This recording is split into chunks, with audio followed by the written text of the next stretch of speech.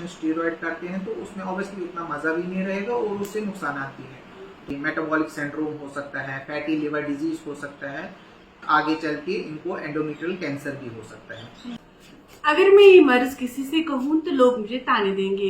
यही सोचकर मामूली सा मर्ज खातून के लिए वबाली जाल बन जाता है।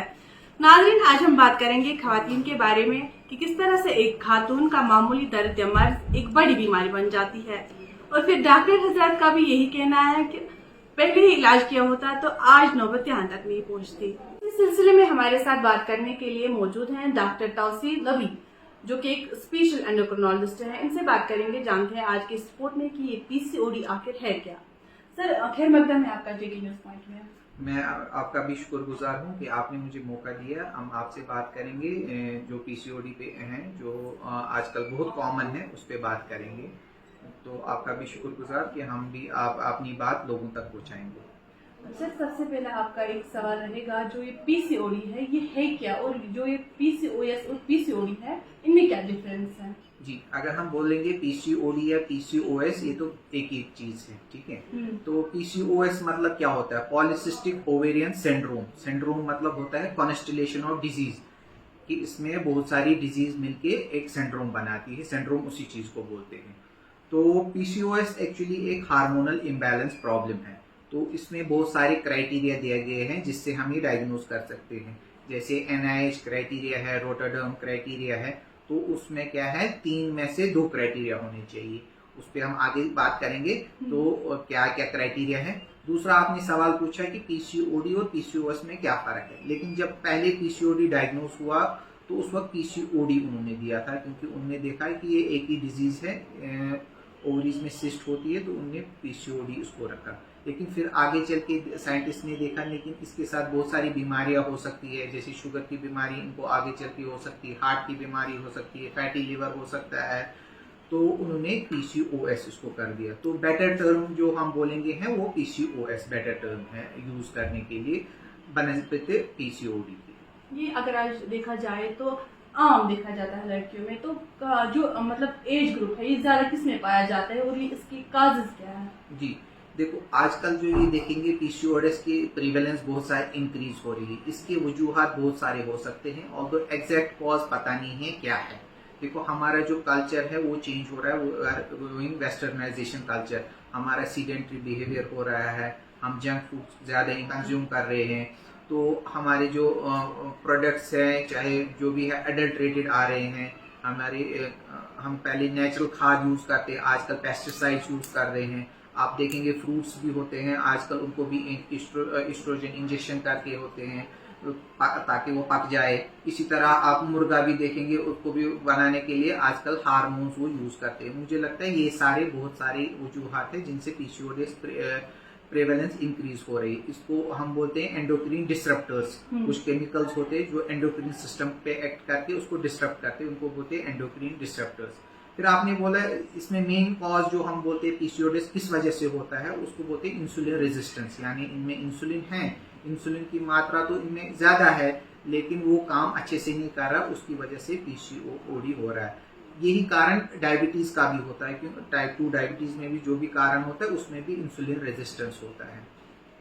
जो आपने दूसरा सवाल पूछा कि किस एज ग्रुप में कॉमन होता है, ये देखो, ये 2 एज ग्रुप्स में हो सकता है। यूजुअली बोलते हैं ये पेरीमेनार्कल एज ग्रुप में होता है और पेरीमेनोपॉजल एज ग्रुप। अगर हम पेरीमेनार्कल बोलेंगे, जिस फीमेल्स को पीरियड जब स्टार्ट होते हैं उस एज ग्रुप में, यानी मानो 15 से लेके 35 के एज ग्रुप में कॉमन होता है और मेनोपॉज के एज ग्रुप में कॉमन होता है।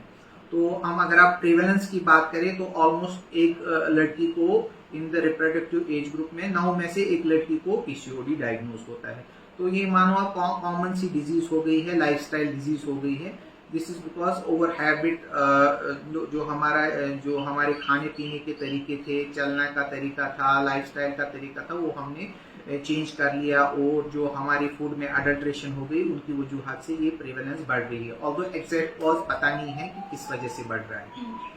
अगर देखा जाए कि इसमें एंडोक्राइन डिजीज जैसे होती है तो हेल्थ के कितने रिस्क होते हैं इसमें? पीसीओएस इसीलिए लगा गया है क्योंकि सिंड्रोम बोलते हैं, तो इसके साथ बहुत सारी मेटाबॉलिक डिजीजेस हो सकती है। जैसे मैंने आपको बताया टाइप 2 डायबिटीज हो सकती है, हाइपोथायराइडिज्म हो सकता है, हार्ट की डिजीज आगे चल के इन पेशेंट्स को हो सकती है, मेटाबॉलिक सिंड्रोम हो सकता है, फैटी लिवर डिजीज हो सकता है, इवन बहुत टाइम आगे चल के इनको एंडोमेट्रियल कैंसर भी हो सकता है। तो बहुत सारी रिस्क इनमें बढ़ जाती है पीसीओडी वुमेन्स में।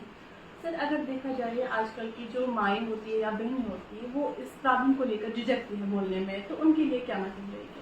देखो हम अभी क्राइटेरिया पे जैसे हमने अभी बात नहीं की थी, क्राइटेरिया इनमें से 3 में से 2 होने चाहिए। क्राइटेरिया क्या है? एक ओलिगोमेनोरिया है या एनओवुलेशन। ओलिगोमेनोरिया मतलब डिले साइकिल आना, 35 दिन के बाद साइकिल का जो साइकिल्स का लेंथ होता है 35 डेज से मोर होता है। ये मेजॉरिटी में होता है, कभी किसी को साइकिल जल्दी भी आ सकते हैं।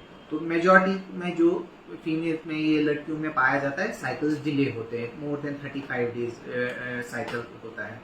दूसरा क्राइटेरिया क्या होता है कि अल्ट्रासाउंड में खाली सिस्ट पाई जाती है ओवरीज में, तो उसका भी अपना क्राइटेरिया होता है। या तो ovarian volume more than 10 cc होना चाहिए, या मल्टीपल फॉलिकल्स होने चाहिए, जैसे 9 mm 2 to 9 mm follicles more than 12 होने चाहिए, तो उसका अपना क्राइटेरिया है।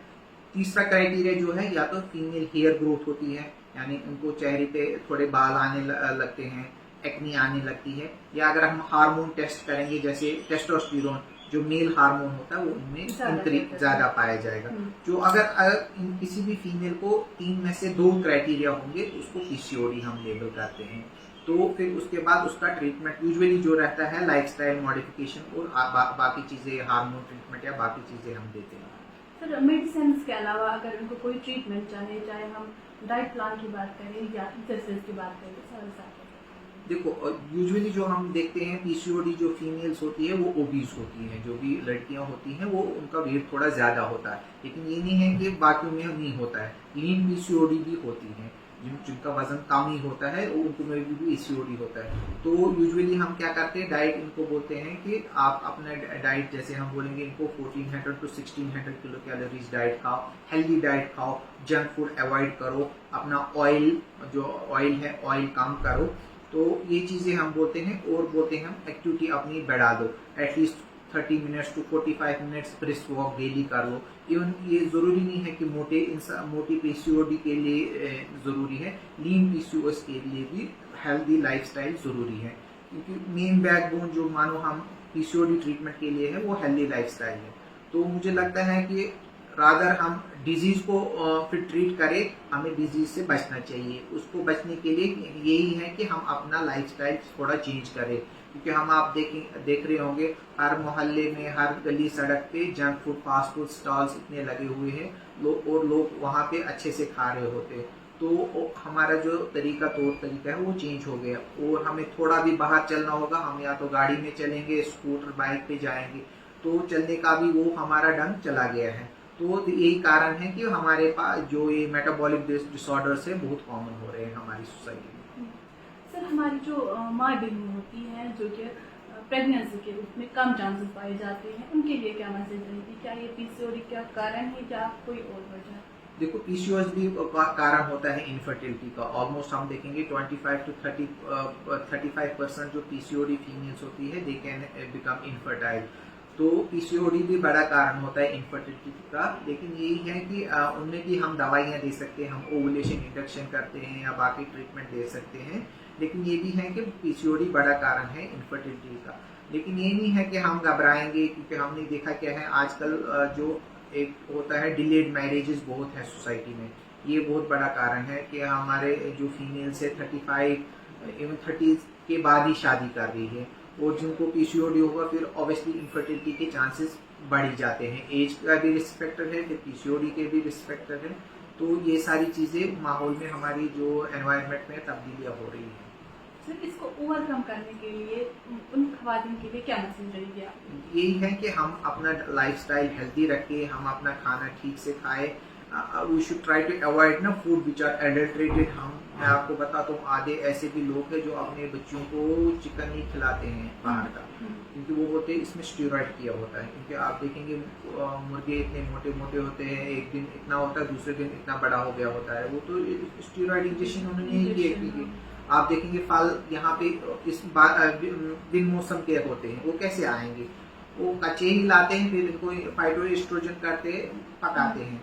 तो यही हार्मोन हमारे जिस्म में जाके खराबियां बाकी हार्मोन प्रॉब्लम्स करते। तो हमें चाहिए कि हम नेचुरल खाए, हम अपनी सब्जियां उगाए, अपना है जैसे इंसान पहले करते थे, नेचुरल खाद यूज करे, तो वो चीजें हैं उस पर ज्यादा। आजकल वाटरमेलन का मौसम होता है, जो अभी तो होता नहीं था, अभी पहले से ही स्टार्ट हो जाता है। तो इसमें भी आप देखोगे रेड वाटरमेलन आपको पाते हैं, जिसमें भी इंजेक्शन होते हैं, या मैंगोज होते हैं, या चिकन भी होते हैं। इवन आप देखेंगे इनमें अगर आप डेली टेस्ट भी करेंगे, इनमें मजा भी नहीं होता है, क्योंकि एक्चुअली अच्छे तरीके से राइपनिंग अच्छे से नेचुरली नहीं हुई होती, क्योंकि अपना नेचुरल प्रोसेस होता है, पेड़ पे उगेगा, टाइम लगेगा।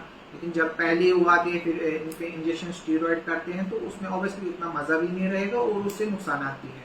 तो हमें इन पे ध्यान देना चाहिए और सोसाइटी में भी देखना चाहिए कि हम कैसे बचाए खुद को भी और दूसरों को भी कैसे बचाए।